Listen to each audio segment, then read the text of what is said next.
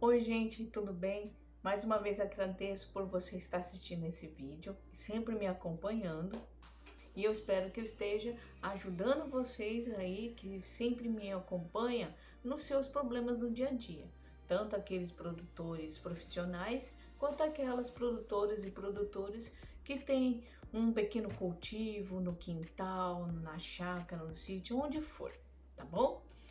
Bom, para aqueles que ainda não me conhecem, meu nome é Erika Fujita, sou engenheira agrônoma, trabalho com assistência técnica para pequenos e médios produtores no cultivo de frutas e hortaliças. Hoje eu vou fazer novamente um vídeo sobre perguntas e respostas, incluindo principalmente as dúvidas dos produtores que eu vou nos seus sítios, nas suas fazendas, em qualquer local de produção e esclareço inúmeras dúvidas. Trouxe aqui algumas dessas perguntas com o tema de poda.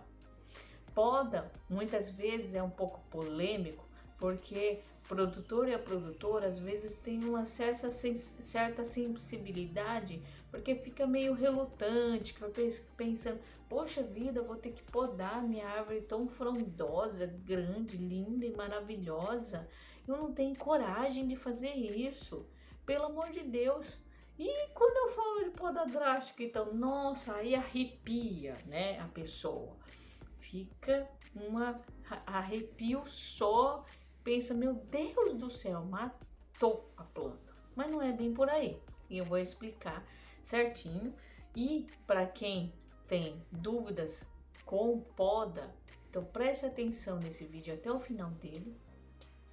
Quem sabe uma dessas dúvidas que eu relacionei aqui seja a sua e pode estar te ajudando aí no que você precisa no seu sítio, tá bom? Bom, gente, vamos lá, pergunta. Aí um produtor veio para mim perguntando um dia se existe vários tipos de poda, é só uma só que você vai lá e corta, pronto, acabou. Não, não é bem por aí. Então esse é um caso bem interessante, porque ele cultiva folhosas e estava tentando agregar o valor na sua propriedade de uma forma que não tome tanto tempo dele. Porque as folhosas, né, hortaliças, elas precisam de cuidado constante, tem que sempre estar olhando o mato, praga, doença, irrigando, verificando se está hidratado, se não está, se está murchando, se não está, se está vindo muito sol, aí tem que pegar e puxar sombrite, aí começa a escurecer e vai lá e volta sombrite recolhido, enfim, tem que estar ali constantemente. Aí eu dei a opção de plantar alguma frutífera, alguma fruta, porque quer queira ou não, não é uma cultura que eu vou falar para você não dá trabalho. Não, não é isso.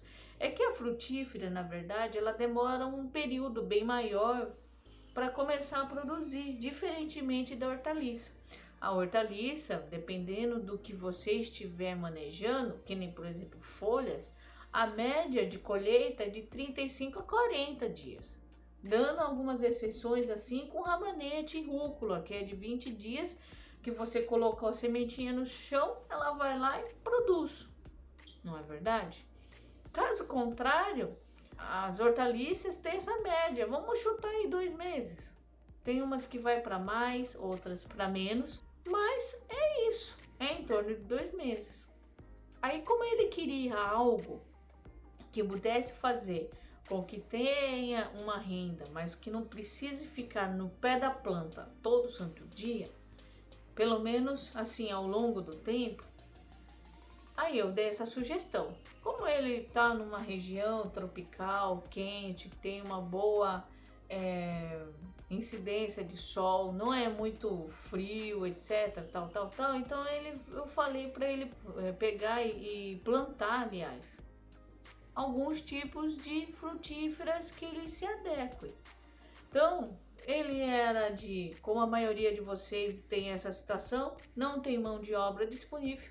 Então eu pedi para eles trabalhar com alguma coisa como, por exemplo, goiaba, que daí, só que com pequenas quantidades de plantas, ou até mesmo a manga, que também era interessante no caso dele, tá, gente? No lugar que às vezes não dá para cultivar essas espécies, tudo bem.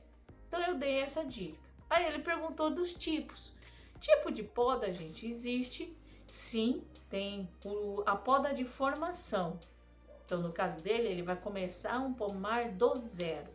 Ele vai pegar, preparar a cova, colocar todos os nutrientes, matéria orgânica, composto, esterco, um pouco de gesso agrícola para ajudar a formar raiz, o próprio nutriente em si, a necessidade de fósforo, potássio e nitrogênio, de acordo com a análise de solo. Isso é extremamente importante. Vocês têm que plantar sempre com a análise de solo nas mãos, porque se não souber o que a planta tem para oferecer para sua planta, para sua mudinha que está recém colocada ali, como que você vai garantir que ela vai sobreviver uma poda, que ela vai realmente crescer e produzir, tá bom? Então pense muito bem nisso.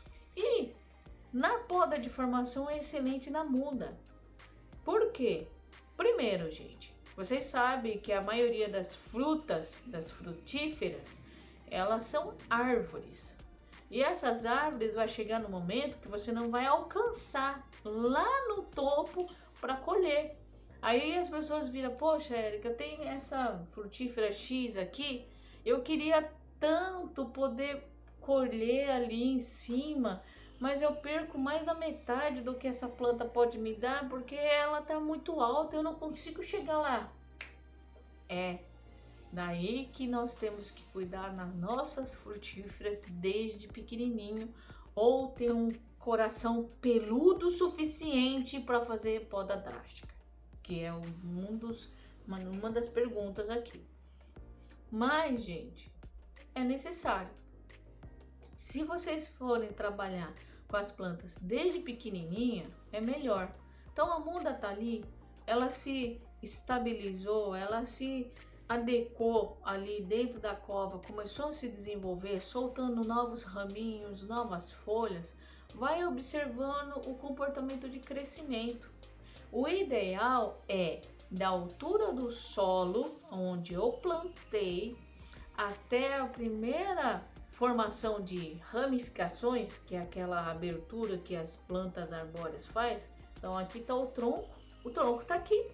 Aí ele vai brotando, um aqui, um acolá, vai abrindo. Às vezes brota um em cima do outro, mas essa é a configuração, ele vai crescendo. Muitos crescem para cima, outros mais abertos, vai depender da espécie aí. E aí é nesse momento que você vai observar. Quanto mais próximo da superfície do solo é essa ramificação, melhor. Ué, por quê? Tirando jabuticaba, é muito importante você ter esse início de ramificação ali. Porque o que acontece? Algumas espécies de jabuticaba, naturalmente, ela já ramifica lá de baixo. Quanto mais tronco eu tiver numa árvore de jabuticaba, maior é a superfície que vai produzir flores e frutos. Isso é excelente, deixa ela lá. Agora, os demais que tem um crescimento que vai lá para cima e geralmente os frutos ficam na sua extremidade da copa, aí nós temos que direcionar isso. Então, quanto menor é essa distância da primeira ramificação até o solo, melhor é. 40, 50 centímetros, vai, vamos por aí. Ah, Érica, minha muda já começou a ramificar maiorzinha, e agora? O que eu faço? Tudo bem, não tem problema.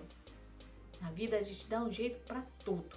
Então essa poda de formação vai fazer com que você escolha os ramos que você vai deixar. Vai selecionar os ramos, porque assim, ó, vamos pensar que é a visão de cima para baixo da sua copa. Essa visão de cima para baixo, você tem que pensar que esses aqui são os seus ramos laterais. Lógico que é bom, né? Vamos supor que tem ramos aqui também. É circular. Eu não tenho dedos aqui para poder mostrar para vocês. Mas enfim, vocês estão imaginando. Tem que olhar de cima, projetar assim, olhando. Às vezes eu abaixo embaixo da planta para olhar, né? Então, mas como é pequenininho, Se de repente você tem muitos galhos um próximo do outro, quando pequeno, você vai cortando para dar espaço de crescimento. Por quê? Porque esses galhos vão crescendo e vai sair ramos aqui do lado. Já pensou esses ramos começar a trombar um no outro, aqui do vizinho? Então, ao invés de você deixar 5, 6 pernadas secundárias, porque a primária é essa aqui, é o que saiu do solo, um monte de ramo lateral, então vamos deixar umas 3 ou 4 pernadas, que eu falo. Então, vamos pensar aqui 3 pernadas ou 4 pernadas. Distribuição superficial, espacial, de baixo para cima, tá bom? Fazendo isso, então eu vou ter aqui num quadrado o crescimento assim, né? O ramo vai para cá, outro para cá e assim, forma um X com 4 pernadas. Ou seja, ela vai crescer, vai se estender e lá na ponta que tiver as ramificações não vai ficar brigando uma em cima do outro. Então isso é uma prova de formação. E sempre pensando o quê? A maioria das plantas frutíferas, ela precisa de luz nos troncos, nos ramos novos. Nesses ramos novos, para induzir a formação de que flor? A flor precisa de luz. Então eu tenho que ter esse ramo recebendo raio de sol. Então eu não posso ter ramos sobrepostos um sobre o outro, causando sombra um com o outro. Então o que acontece? Se esse aqui tá bisbilhotando e causando sombra para esse, você vai lá e retira. Então você está formando a arquitetura. Você tem que ver a arquitetura da sua planta e assim conseguindo direcionar o crescimento. Uma coisa que vocês têm que ter na cabeça é que a planta por si só ela vai brotando, mas quem controla e quem dá um caminhar desse crescimento é a poda. E a poda de formação tá aí. Já a poda de limpeza e a poda sanitária é nada mais do que tirar ramos feio, velho, doente, atacado por praga e doença, para você aumentar a sanidade, você deixar a planta saudável. E tem aquela poda muitas vezes que ajuda você a arejar. Imagina uma copa densa. Você tem uma arvorona lá que tem anos e anos, tá tudo fechadinho assim. Não entra luz. Só aqui fora que vai bater luz e consequentemente vai sair flor e dar frutos.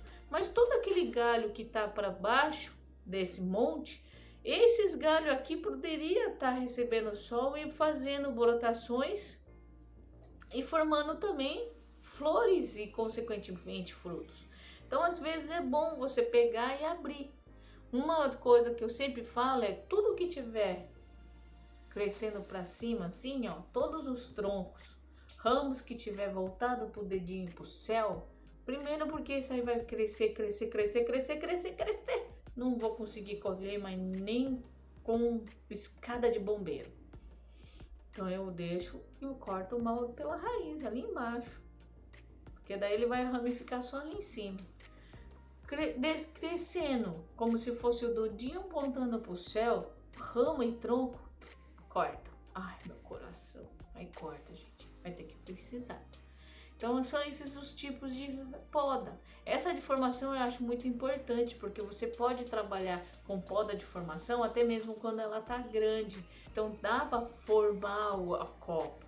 Só que isso é muito subjetivo, porque vai de pessoa para pessoa, por gosto e assim por diante.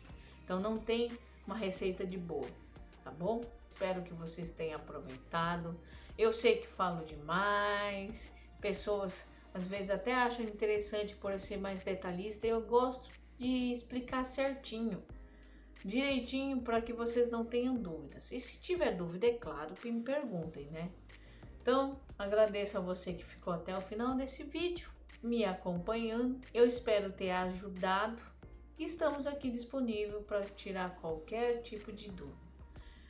Fica aqui o meu muito obrigado. Não se esqueçam de curtir a minha rede social no Instagram, no Facebook.